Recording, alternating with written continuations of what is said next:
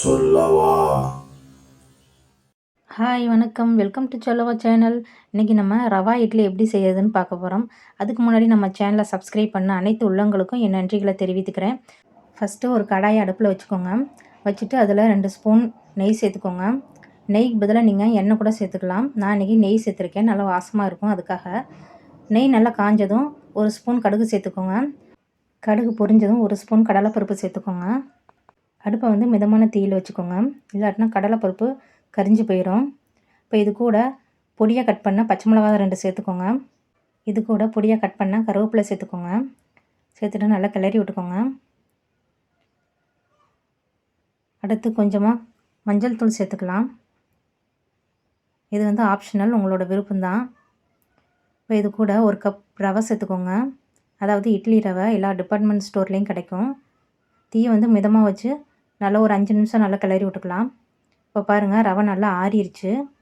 எப்போயுமே ரவை நல்லா ஆறினதுக்கப்புறம் நம்ம தயிர் சேர்க்கணும். இப்போ பாருங்கள், ரவை நல்லா ஆறிடுச்சு. இப்போ 1/2 கப் தயிர் சேர்த்துக்கலாம். இது வந்து நல்லா புளிப்பில்லாத தயிராக பார்த்து சேர்த்துக்கோங்க. அப்படி தயிர் வந்து புளிப்பாக இருக்கிற மாதிரி இருந்துச்சுன்னா நீங்கள் 1/2 கப்புக்கு பதிலாக 1/4 கப்பு கூட தயிர் சேர்த்துக்கோங்க. இப்போ தயிர் சேர்த்து நல்லா கிளறி விட்டுக்கோங்க. நல்லா கட்டி இல்லாமல் கிளறி விட்டுக்கோங்க. இப்போ இதுக்கு தேவையான அளவு உப்பு சேர்த்துக்கலாம். 1/2 ஸ்பூன் சேர்த்துக்கோங்க, சரியாக இருக்கும். இப்போ 1/4 கப் தண்ணி சேர்த்துக்கலாம். சேர்த்துட்டு இது ஒரு 10 நிமிஷம் நல்லா ஊறட்டும். நல்லா இந்த மாதிரி லெவல் படுத்திட்டு ஒரு 10 நிமிஷம் ஊற வச்சிடலாம். ரவை நல்லா ஊறட்டும். பாருங்கள், ரவை நல்லா ஊறிடுச்சு. நம்ம ஊற்றின தண்ணியெலாம் நல்லா ரவை இழுத்துருச்சு பாருங்கள். இப்போ நல்லா உடச்சி விட்டு கட்டி இல்லாமல் நல்லா கரண்டியில் உடச்சி விட்டுக்கோங்க ரவையை.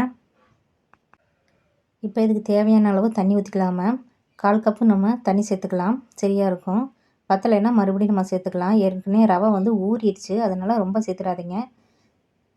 இப்போ 1/4 கப் சேர்த்துட்டு நம்ம கலந்து விட்டு பார்த்துக்கலாம். இப்போ பாருங்கள், தண்ணி வந்து கொஞ்சம் கம்மியாக இருக்குது. இன்னும் 1 டேபிள் ஸ்பூன் தண்ணி சேர்த்துக்கலாம்.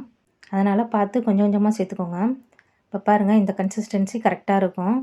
சோடா உப்பு சேர்த்துக்கலாம். 1/2 ஸ்பூன் சேர்த்துக்கோங்க, சரியாக இருக்கும். சேர்த்துட்டு நல்லா கிளறி விட்டுக்கோங்க. சோடா உப்பு வந்து ரவையெல்லாம் நல்லா ஊறினதுக்கப்புறம் நம்ம எப்போ இட்லி ஊற்ற போகிறோமோ அப்போ நீங்கள் சேர்த்து கிளறி விட்டுக்கோங்க. இப்போ இட்லி தட்டில் ஆயில் அல்லது நெய் தடவிக்கோங்க.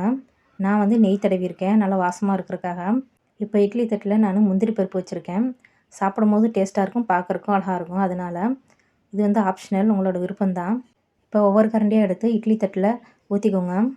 இட்லி மாவு அரைக்க மறந்துட்டோம் அல்லது இட்லி மாவு அரைக்கிறதுக்கு டைம் இல்லை, அந்த மாதிரி சமயத்தில் நம்ம 10 நிமிஷம் இட்லி ரவையை ஊற வச்சு 5 நிமிஷத்தில் நம்ம இட்லியை வேக வச்சு எடுத்துடலாம். மொத்தமே 15 நிமிஷம் தான் ஆகும். இப்போ தண்ணி நல்லா கொதிச்சிருச்சு. நம்ம இட்லி பாத்திரத்தை வச்சுக்கலாம். வச்சுட்டு ஒரு 5 நிமிஷம் நல்லா வேக வைக்கலாம்.